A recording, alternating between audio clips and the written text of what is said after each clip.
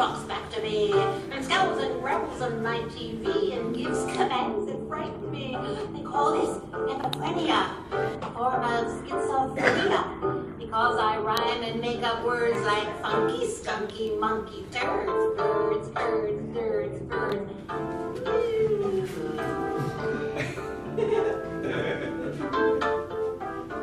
The docs claim my hallucinosis is a diagnosis with an even worse prognosis, like a pickled brain cirrhosis. Some dirty gremlins poison me. I smell their gases in my trees. They can't hide their conspiracy. I see their lewd debauchery. Woo! Yippee! Help me, save me, I'm insane. I've got devils in my brain. Watch your back, whatever you do. Soon they may come after you. Shrinks told me that I'm insane. So I think that they stole my brain and sold it to the CIA, which follows me throughout the day.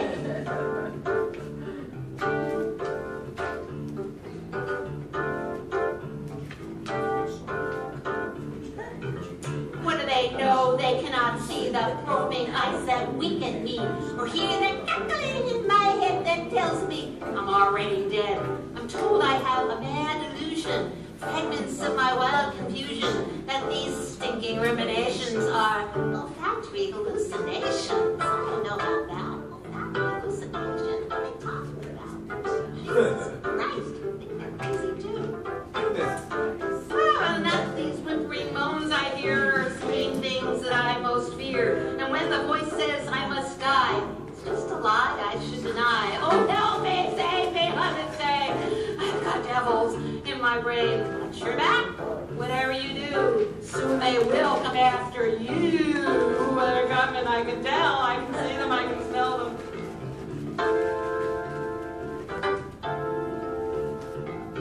Docs give me Thorazine to treat my schizophrenia gene, and Lord says dopamine, which makes me weird and quite obscene. It gave my brain a kind of seizure that's called tardive dyskinesia. Now my face makes weird contortions, like these monstrous contortions.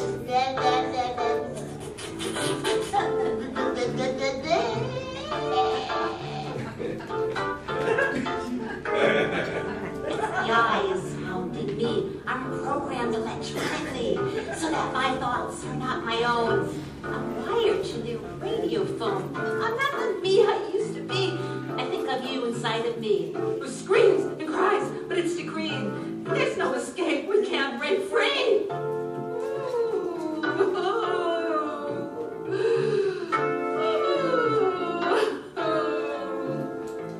Help me, save me, I'm insane. I've got devils in my brain. Watch your back, whatever you do. Oh, it's too late. They've captured you. I'm too late. Bye. See you later. Seeing the patients and Seamus come on stage, she puts on her professional persona, grabs Desiree and escorts her forcibly into the group therapy room. The others follow. Stoneheart pushes Desiree into a chair and holds her down as Desiree tries to fight her off. Don't make Medusa angry. Stoneheart lets go of her hand, but stands with a menacing glare.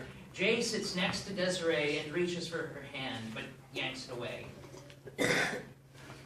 You freaks! I'm going to report both of you to the medical board as soon as I get out of here! She tries to get up, but is subdued by Stoneheart. What did you do to her? Just gave her a sedative, but she's... Liar! You molested me! Desiree tries again to get out of her chair, but is too sedated. Now, lovey, we both know I just gave you a tiny little shoddy, but maybe somebody else molested you. Somebody at school. Is that why you overdosed? Yes, Hunter, my so-called friend, that monster, I hate him too. I hate all of you! Desiree stands and begins to pound Seamus's chest, weakly, but starts faltering. Jay gets up and gently pulls her off Seamus and helps her back into her chair. You don't need to talk, honey. Oh, yes, she does, Mr. Angel. That's exactly what she must do. And you, sir, will not interfere, or I'll have you escorted you know where. Leave Jay alone. I'll talk. But what, Desiree? All these years pretending everything was okay. You've been wearing the clown costume, Shakespeare, but Desiree sings Clown Face.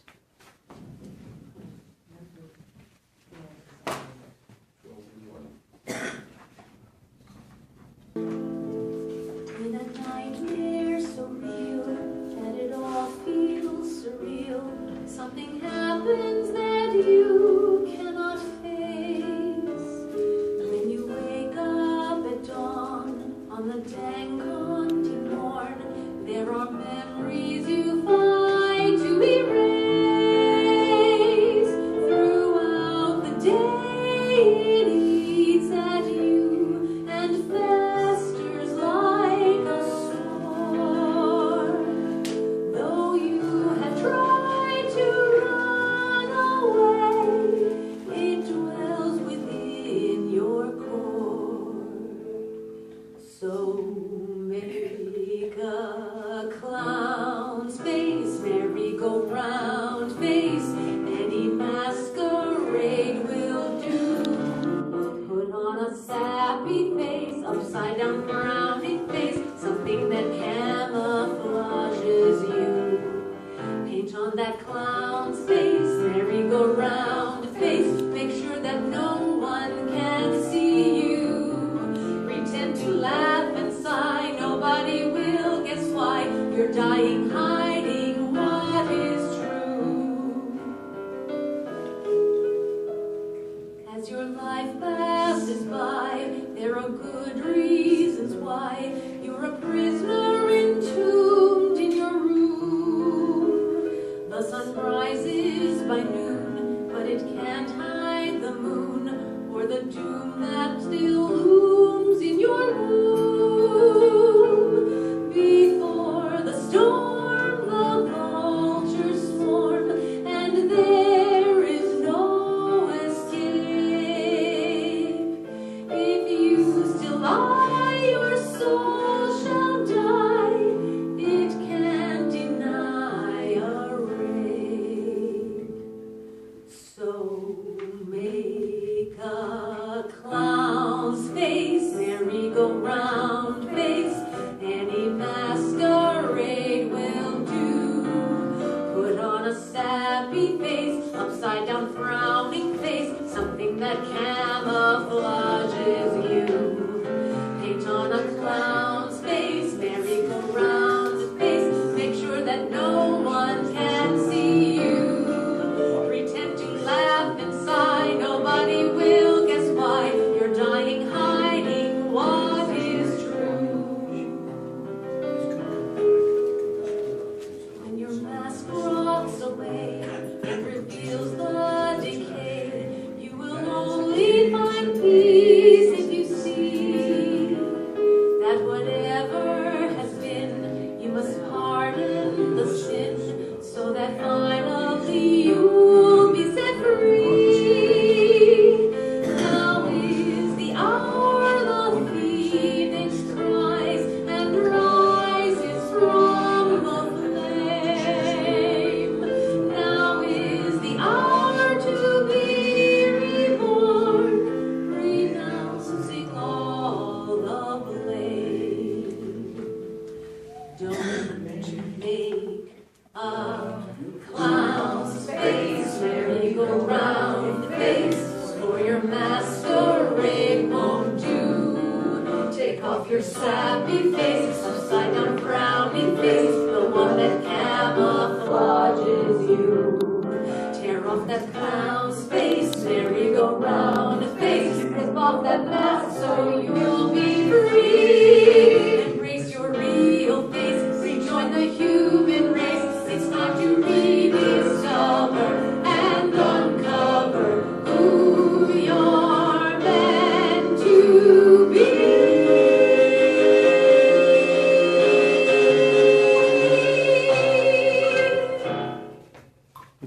But are you sure the rape really happened, Desiree? That it wasn't just a nightmare? how dare you? Of course I'm sure, Doctor. You don't wake up from a nightmare day after day, drenched in a pool of bright red blood. My brother Damien was 13. Louder. I was 4. I think you've had a breakthrough, Lovey.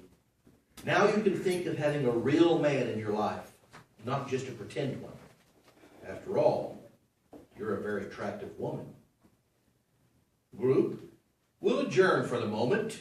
The rest of you can take a break, watch TV, or twiddle your thumbs. Desiree and I are going to explore this raw material more deeply alone in my private office. What's wrong with you, you maniac? Didn't you hear me? I won't come to your office. You're a pervert just like the others. Don't you ever come near me again.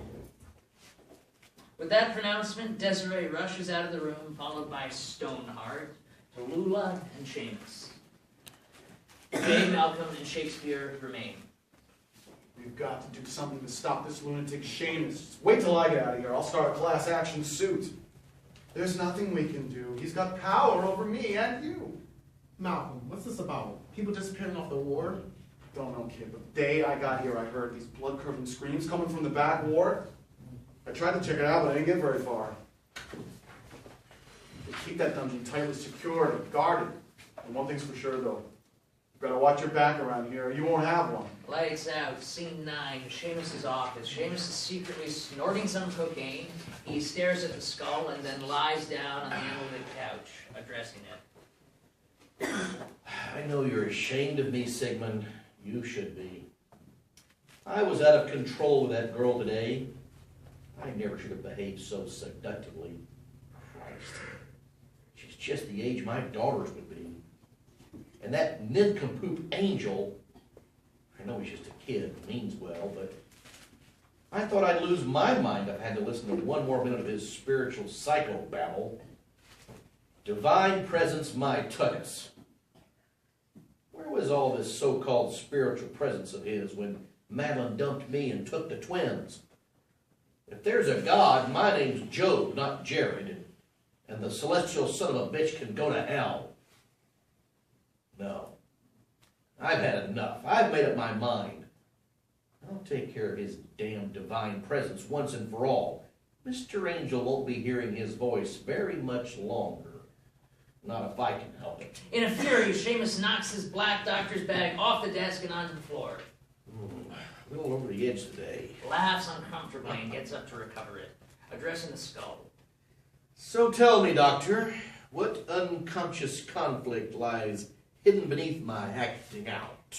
He hears music in the light of the moon in the background and sees the shadow of Madeline. What a brilliant mind you've got, Dr. Freud. Of course. Today is the anniversary of Madeline abandoning me. No wonder I'm falling apart more than usual. A knock on the office door. Jesus, just a minute. There's nervously and rushes to put the cocaine back into the drawer. What do you want? Stoneheart sticking out her tongue and smacking her lips. It's Stoneheart, Dr. Seamus. It's time for your follow-up appointment with Mr. Malcolm X. Washington. Oh, crap. All right, let him in, Stoneheart. I'm ready to proceed tonight. Stoneheart cackles, nods, and exits. Malcolm enters without his straitjacket and sits down next to Seamus. Stoneheart exits. Great performance in group therapy today, Doctor. Instead of taking the Hippocratic oath in medical school, he thinks you took the hypocritical one. And don't think I'm not on to you about your deep, dark secret. Don't forget, I'm a lawyer. As soon as I'm out of here. What makes you think you're ever getting... All right, enough threats. Or I'll have Medusa reintroduce you to your straitjacket. I'll tell you when I need your professional expertise, Mr. X. Now, look, you've been ranting and raving ad nauseum about politics, but have hardly muttered a word about George's death. Unlike you, Dr. Seamus, I'm a proud man. Or I used to be. It's hard to talk about my feelings. It sounds as if your grief about George is all mixed up with the betrayal you feel about his going to war. I needed a son and he deserted me for a worthless cause. Truth is, I feel like I let him down. Or he wouldn't have needed to become everything that I wasn't. Well, Malcolm, a lot of that is a natural separation and individuation of a healthy young man. The truth is, all parents know how hard it is to lose a child. So, well, Dr. Horry, perhaps beneath those scales of yore, there's actually a warm-blooded human being? We're not here to discuss my scales. This is your opinion. I still can't stop blaming our damn country. If it weren't for starve for war, there wouldn't have been a battle to die in. Feel the pain underneath that rage. Then maybe we can get off this ward someday. If I could have just been there to protect George. He was just a baby, for Christ's sakes. He still had peach fuzz on his face. And what about all those other kids out there dying in senseless wars and their mothers and fathers burying them? Who's going to protect them? Malcolm tears up, then collects himself and sings, "Please don't let them make our children die."